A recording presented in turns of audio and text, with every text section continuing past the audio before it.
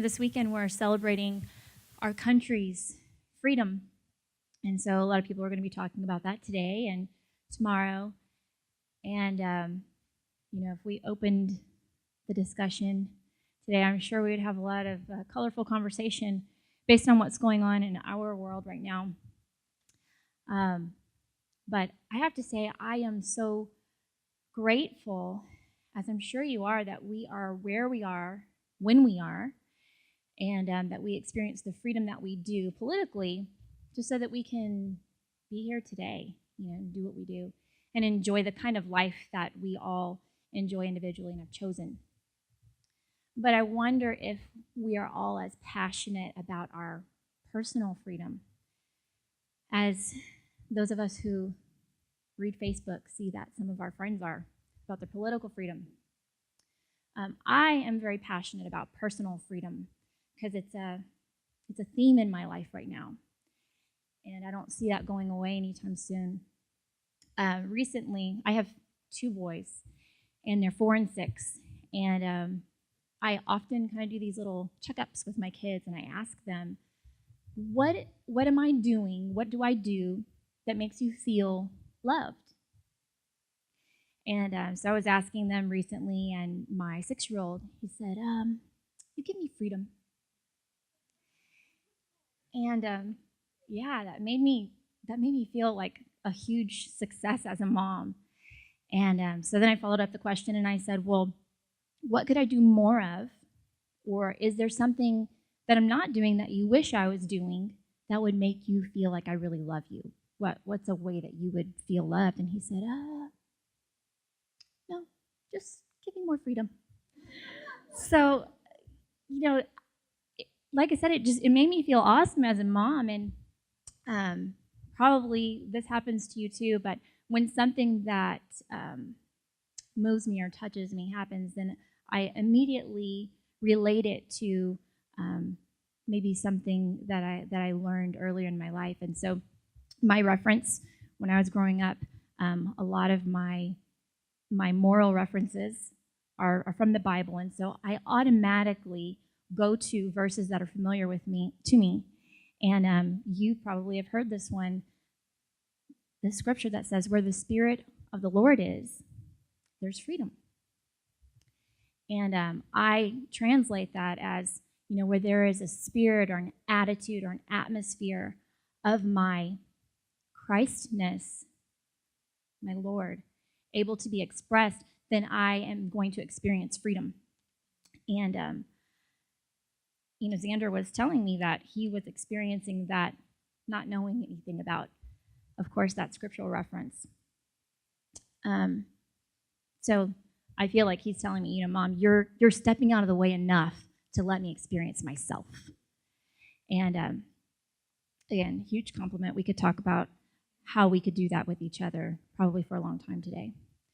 And that's not exactly what I want to talk about today, but in thinking of that story, it brings another scripture to mind, and one that says, you will know the truth, and the truth will make you free.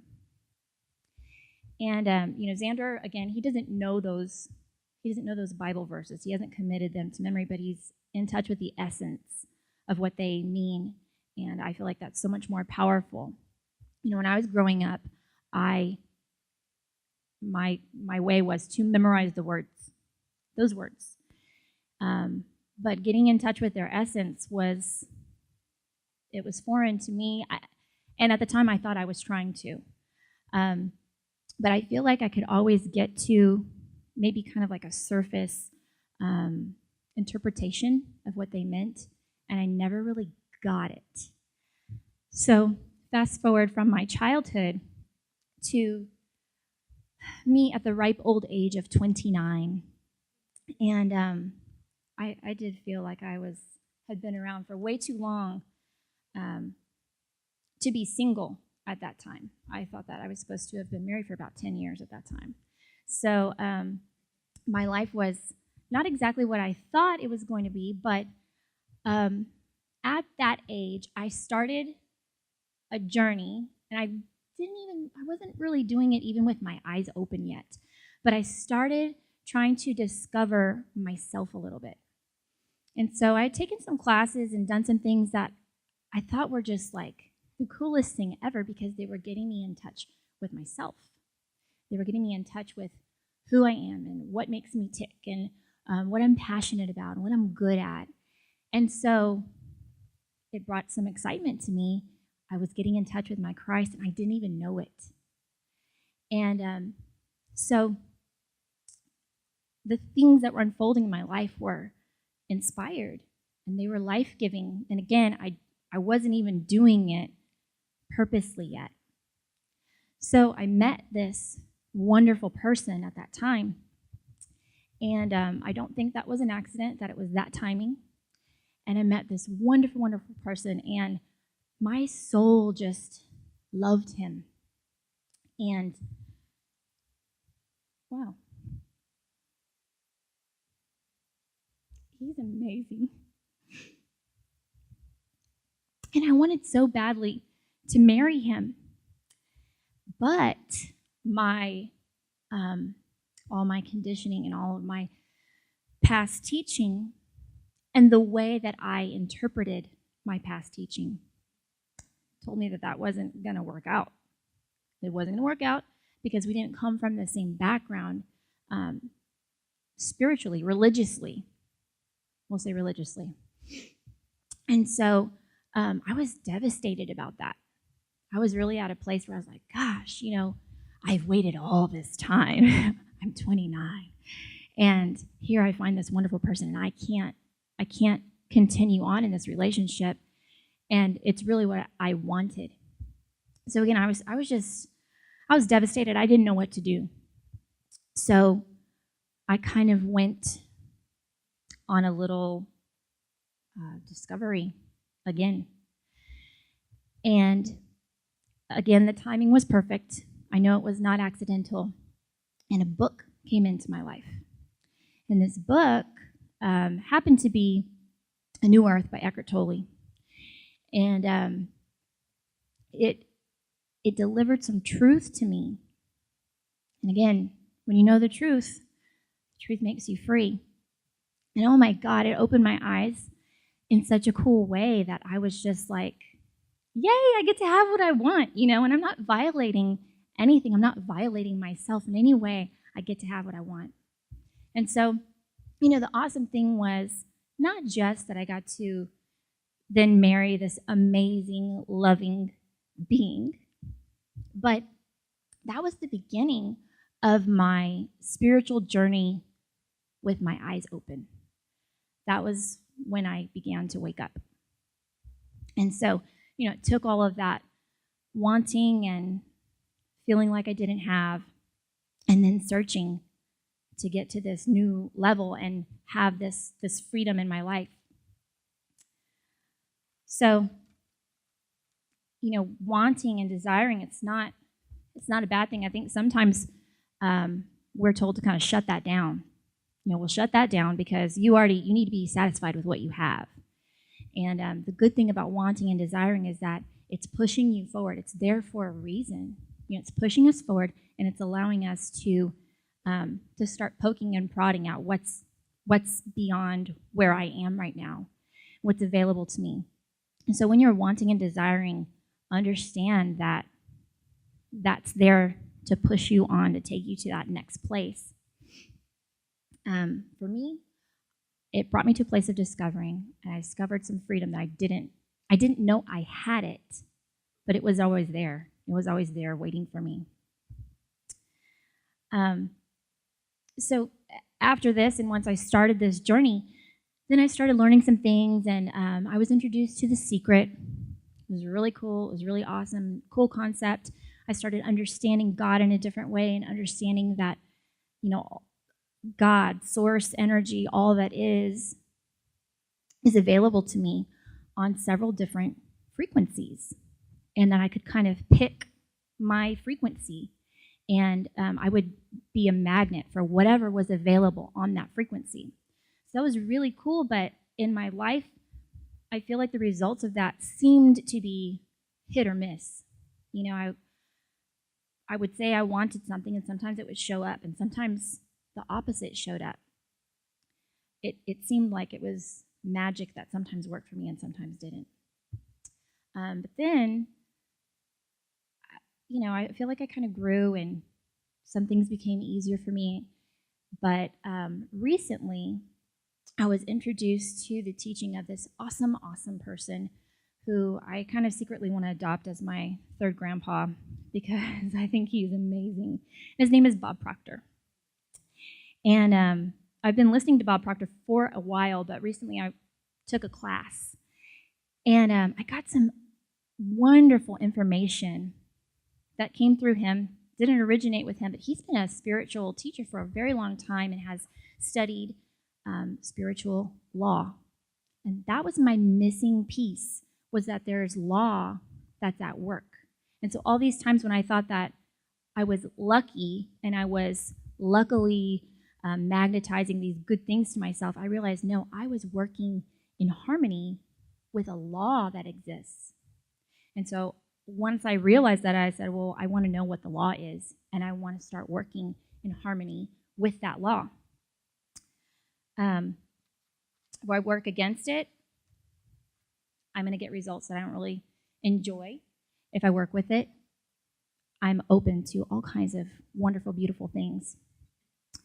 So in this teaching that I received, I found out that, yes, this law was available to me, but it was going to cost something. I'm like, well, great. What's it going to cost? Oh, just two things: sacrifice and discipline. Great. My favorite words, right? So, we think of sacrifice, and whenever I started learning about this, I'm like, sacrifice? Who wants to learn about that? Tell me something good. But, I think it's because our idea of sacrifice has been so skewed. And, you hear people talk about sacrifice in a bloody, in a torturous way.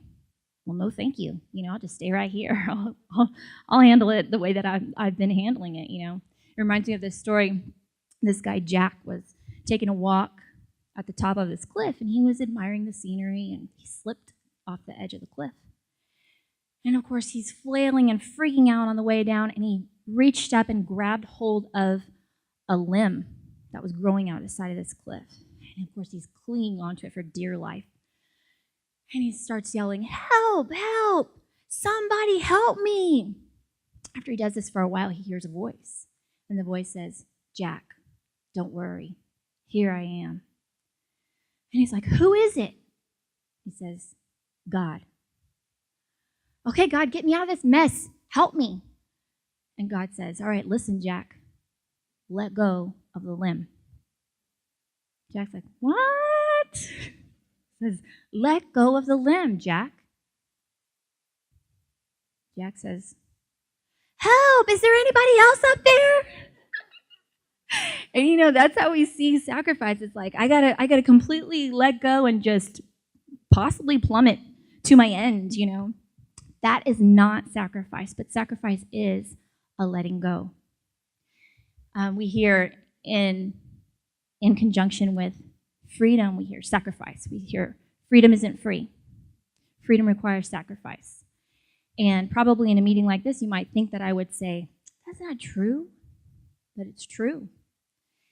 Freedom isn't free. Love isn't free. And I know y'all are going, what? It's in abundance. It's already there. There's a ton of it. There's an endless supply of it available to us. But we're not accessing it all the time because we're holding on to the dang limb. And we're not willing to let go and get to that next place. As Bob Proctor explained it, and I thought it was so wonderful, sacrifice really is, we're just exchanging. But we're exchanging a lower thought, a lower idea, a lower frequency. We're exchanging it for a higher one. Well, that's easier for me to stomach. So you're telling me this is a win-win, right? I'm going to exchange some discomfort for something that I want. Take it all. But it's like a data plan, right? Because it's like How much data are you going to access? Are you going to access a little bit? Well, then you're going to exchange small. You're going to trade small. Are you going to access a lot of data? Well, then you've got to get ready to trade big. But you have to know that you don't have to freak out because you're trading up every time. And when we trade up, we're experiencing more freedom. So do you want a formula for that? Because we all like formulas. My husband is an analyst, and he loves formulas. Formulas are his love language. So write this down, babe. No, I'm only partially kidding. If you want to write something down, that's like an action plan. You might want to write this down. This is, again, how Bob Proctor describes it. He says, take a look at what you have now. And I would say, take a look at what you have in the area that you're wanting to experience some more freedom.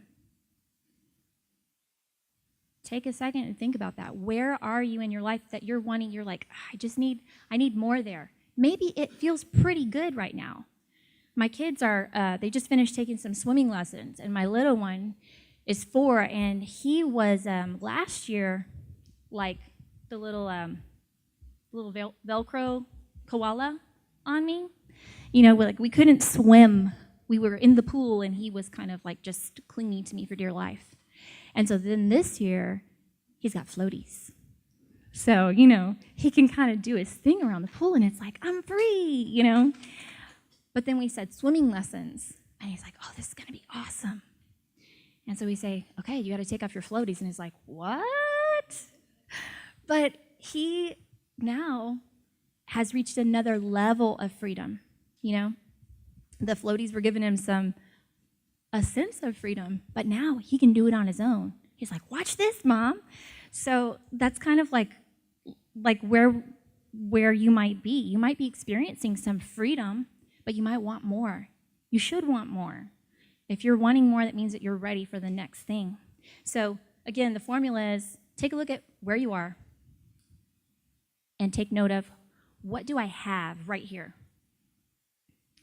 And then the next thing is, what am I doing to get what I have right now? What am I doing that's creating this thing right now? And then the third part is, now you're going to need to know that you're going to need to change something you're doing to match the frequency that you're wanting to attain. In the case of our country's freedom, we can take a look at that and say, okay, what did we have way back? What did we have? We had limitations. The people of our country felt limited. So what did we do to get those limitations? We let somebody else tell us what to do. Specifically, we let somebody else who was holding a lower frequency thought tell us what was going to be okay for us, what was going to be permissible for us, how it was going to be. And we allowed that. So then what did we have to do? Well, we had to change who made the rules. And that's why we have this now. So we make a decision, and our decision is to sacrifice, but now with understanding, we're going to sacrifice something of a lower nature and just trade up for something of a higher nature. And here's where the word discipline comes in. Because now that we're going to trade up, we're going to say, okay, I'm going to change what I'm doing to get this level of life. I'm going to change it to attain another level of life, but we've got to change it and then sustain it. And that's where disciplined action comes into play. I think that when you hear it that way, it sounds a lot more palatable than discipline, the way that we think of it, which is like punishment, torture. This is self-imposed discipline. This is self-discipline. And we're learning to trade our actions for something better. And so we're getting in the flow of all of the good and all of the love and all of the freedom that we're desiring. So what does this look like? Well, if you want to trade up in your relationships, let's say you want more freedom in your relationships. So what are we going to have to sacrifice? We're going to relinquish resentment and judgment, anger, control. And then we're going to discipline ourselves to do things like keep commitments, be reliable, being supportive, being present. That's a good trade to me. If we're wanting to improve our finances, we're going to relinquish irresponsibility, aimlessness, hopelessness, cluelessness. I have to say, I've been very guilty of that. I don't know what to do. And then we're going to trade. We're going to trade it for practicing disciplined action of learning, fairness, honesty, generosity, responsibility, confidence, all stuff I want. What if we want to improve our physical health? We're going to trade up there too. We're going to give up excuses, carelessness, boredom, fear. We're going to practice the discipline of minding what goes in, being involved and active, giving some care and consideration to our physical body with love. If we want improved emotional and mental health, here's some good stuff to give up: panic, fear, hopelessness, anger, judgment, unforgiveness, and let's trade up. We're going to practice disciplined action. We're going to think good things. We're going to speak love. We're going to speak good things. We're going to look for the good. And we're going to delve deeply into learning about ourselves, learning to love ourselves, and learning how to be present with ourselves. You know, maybe when I say all of that, it might sound like, okay, so you're telling me be good. Don't be bad, be good. And I bet that most of us came from an upbringing that taught us that.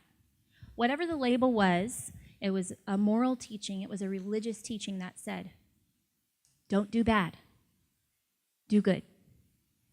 Don't sin, be righteous. And again, I think it's that thing where it's like, there was some teaching, there was love behind that for us, no matter who taught it to you. There was love behind that because whoever was teaching you those things, whoever took the time to teach you those things, was teaching them to you from a loving place. They wanted better for you, and so they taught you those things. But a lot of our teaching was given to us, I think, even without understanding. You know, it was like, don't be bad, be good, or else, you know. And the or else might have come from someone here, or you might be really scared and it might come from someone up there, you know. That's not the point of this. This isn't about be good, don't be bad, or else. This is like the following information that somehow got ripped off the end of that page.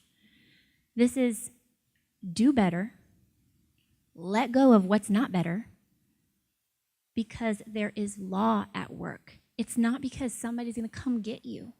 It's not because somebody's going to come do something to you. It's because there's result that follows your action. There's result that follows your intent.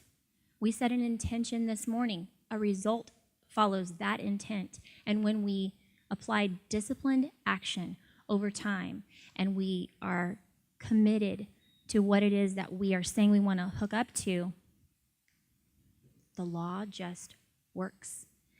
It doesn't care what you look like. It doesn't care if you're smiling. It doesn't care if you're tall or short or what background you come from. It doesn't care. It's just law. It doesn't have a personality, but it flows. And whatever we decide that we want to have, we have access to it. We have whatever freedom we want. It's there. It's moving. It's flowing right now. And all we have to do is jump on that frequency. Give ourselves room to sacrifice what's not serving us anymore. Trade up for what we want, and then stay there. Don't jump off the frequency. Stay there, and then you're opened up to the flow of all the love and all the freedom that you desire. That's really all I have to share with you this morning. Thank you so much for being on this journey with me, for listening. Angel, are you ready? I'm going to pass the mic to Angel.